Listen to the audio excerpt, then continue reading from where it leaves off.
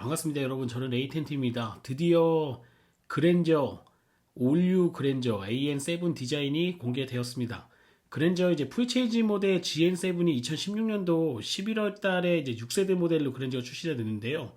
6년 만에 선보이는 7세대 모델, 이거 완전히 풀 모델 체인지거든요. 도대체 어디가 바뀌었는지 여러분들과 함께 보도록 하겠습니다.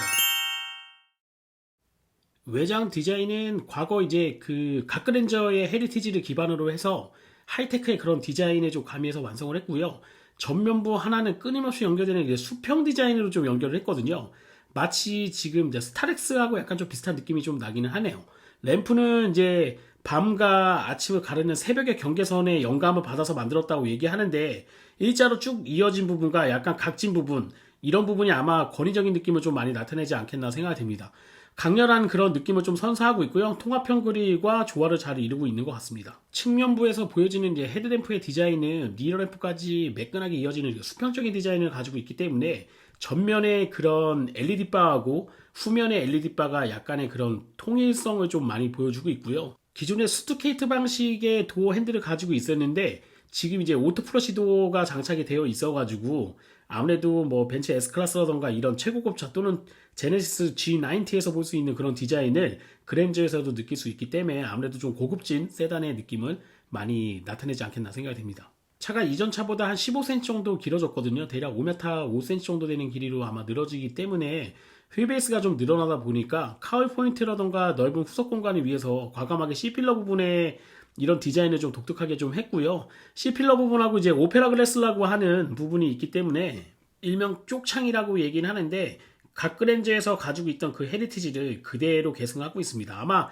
예전에 각그랜저 타신 분들한테는 그 각그랜저가 가지고 있는 이런 향수를 좀 느끼실 수 있는 이런 오페라 글라스, 아마 C필러 부분의 가장 독특한 부분이 아닐까 생각됩니다. 예전 차 같은 경우에는 범퍼 부분하고 이런 트렁크 리드 부분하고 이런 부분이 약간 이음새가 느껴졌는데, 지금 거의 LED 바 같은 부분도 정말 얇게 만들었기 때문에 이전 차 그랜저보다는 훨씬 더 미래지향적인 그런 디자인을 가지고 있고요. 디자인의 통일성이라던가 이런 부분에서 존재감이 조금 더 배가 되지 않겠나 생각이 되네요. IG보다 지금 신형 그랜저 GN7 같은 경우에는 재원이 훨씬 더 커졌습니다. 전장 길이가 5m 35, 그러니까 5035mm고요. 전폭이 1880mm, 전고가 1462mm, 휠베이스가 2895mm인데 IG 대비로 봤을 때는 45mm 정도 길어지고 휠베이스가 10mm 정도, 그러니까 1cm 정도 늘어났습니다. 기아차 K8하고 동일한 스펙을 가지고 있기 때문에 아마 K8 타시는 분들이 상당히 유사한 느낌을 좀 많이 느끼지 않겠나 생각이 되네요. 그 다음에 측면부를 보시게 되면은 보통 캐릭터 라인이라고 얘기하는데, 벨트 라인이 이 스투케이트 방식에 있는 도어 플러시 부분하고 좀 연결돼서 디자인을 많이 하는 편인데, 지금 그랜저 같은 경우에는 상단 부분 도어의 바로 밑에 캐릭터 라인을 위치를 하고 있기 때문에 아무래도 그 뭐 도어 부분 이제 외장 부분이 좀 크게 느껴질 수 있거든요. 이런 부분이 아무래도 디자인적인 부분에서는 약간 권위적이고, 그 다음에 조금 고급차에서 많이 적용하고 있는 뭐 벤틀리라던가 이런 차에서 많이 적용하고 있는 그런 디자인 패턴인데, 그 부분을 그랜저에 적용함으로써 아무래도 그랜저가 이전 세대 IG에서 보여줬던 약간 대중화되어 있던 디자인을 벗어나서 조금 더 한 등급 높은 차량의 그런 디자인을 구현하려고 노력을 많이 했다는 거, 이런 부분 아마 여러분이 디자인을 보시면 많이 이해가 되실 거라고 생각이 됩니다. 근데 이런 외장 디자인이라던가 실내 디자인이 이따가 보여드리긴 하겠지만 이런 부분 좀 많이 변화를 겪었거든요. 그러니까 풀체인지에 준하는 그런 부분이 많이 변화가 되긴 했는데, 가장 아쉽게 생각하는 부분은 아마 엔진 부분이 아닐까 생각됩니다. 동력계는 아주 정확한 건 아니지만 거의 한 4가지 정도의 엔진으로 제공될 예정이에요. 2.5 GDI 엔진 가솔린 엔진하고요, 3.5 가솔린 엔진, 그 다음에 1.6 가솔린 터보 하이브리드 모델, 그 다음에 3.5 API 엔진, 이렇게 4가지 정도 제공할 예정인데, 아무래도 그랜저라고 하는 차 자체가 전륜 구동 방식으로 되어 있다 보니까 300마력이 넘어가는 세팅으로 전륜 바퀴를 굴리기는 좀 어려움이 있거든요. 그러다 보니까 터보 엔진보다는 같은 조선 것들.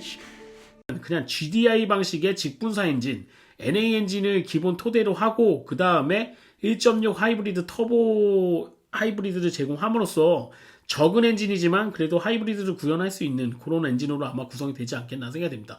약간 아쉽기는 해요. 왜냐면 제네시스라던가 이런 차들은 후륜구동 방식으로 구현을 하다 보니까 이런 뭐 출력을 높이는 데 제한이 그래도 많이 없거든요. 어느 정도 제어만 할 수 있다 그러면 출력은 뭐 300마력, 400마력까지도 높일 수 있는 그런 텀이 어느 정도 있는데, 그랜저는 차체 자체는 커졌지만 아무래도 전륜구동 베이스로 가다 보니까 너무 길게 만들게 되면 피쉬테일이라던가 이런 게 생길 수도 있고요. 그 다음에 300마력이 넘어가게 되면 전륜 밖에서 제어하기가 상당히 좀 힘들기 때문에 이런 엔진 자체도 터보 엔진보다는 요즘 추세하고 조금 떨어지긴 하지만 그냥 NA 엔진 이런 쪽으로 좀 세팅이 된 게 아닌가 생각됩니다. 아마 외장에 비해서 실내는 약간 그런 헤리티지를 좀, 각그랜저의 헤리티지를 좀 느끼기 위해서 스티어링 휠 디자인도 옛날 차 같은 그런 디자인으로 좀 많이 했고요. 그 다음에 실내 공간도 탑상자를 조금 감싸는 그런 랩 어라운드 구조로 좀 되어 있거든요. 이게 뭐 아마 호불호 좀 갈리지 않겠나 생각이 돼요.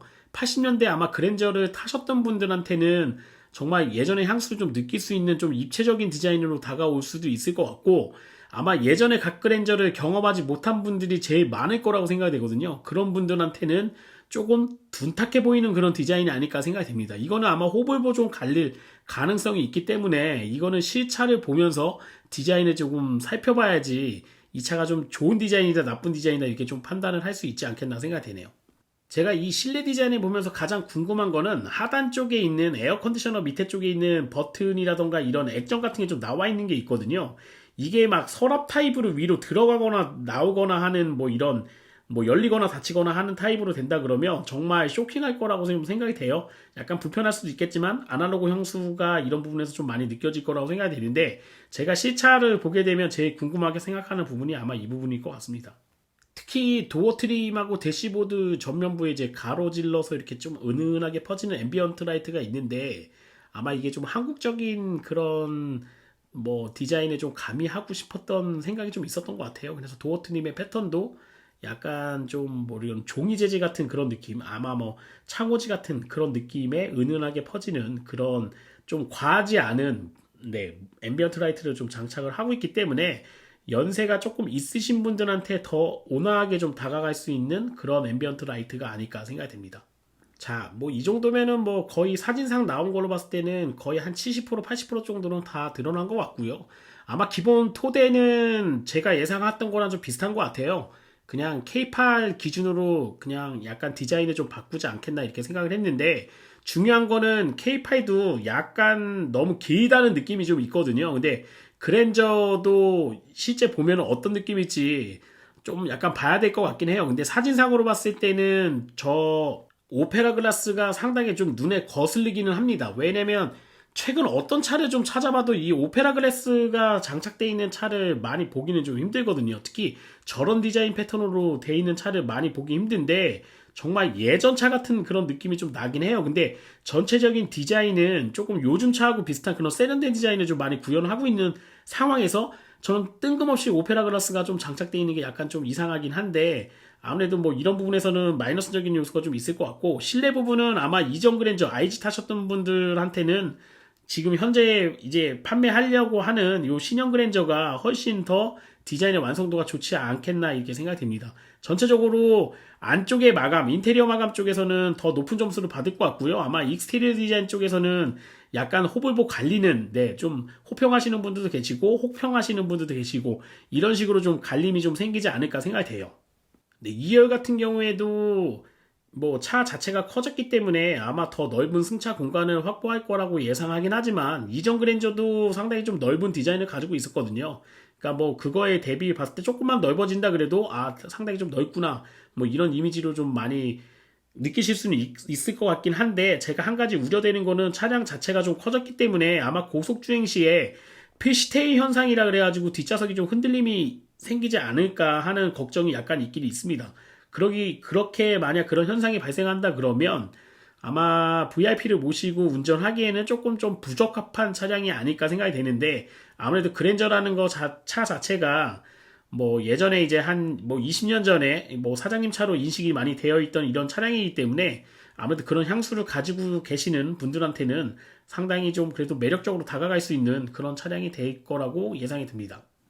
네, 지금 뭐 그랜저가 한 3만 대 정도 계약이 됐다는 그런 기사도 여러 군데에서 좀 나오고 있는데 아마 그랜저를 마지막 그랜저가 될 수도 있잖아요. 그래서 요 차를 이제 구매하고 싶은 분들이 상당히 좀 많이 있을 거라고 생각이 되고요. 그랜저의 아마 처음과 끝을 종지부를 찍는 그런 모델이 되지 않겠나 생각이 됩니다. 왜냐면 현대기아 자동차 그룹 자체가 이제 전기차로 좀 많이 넘어갈 상황이기 때문에 가솔린 엔진의 마지막 차량이 되지 않겠나 생각이 되네요. 자, 오늘 그랜저 리뷰는 여기서 마치도록 하고요. 시차가 나오면 빠르게 가서 제가 영상을 좀 촬영해 오도록 하겠습니다. 여러분 고맙습니다.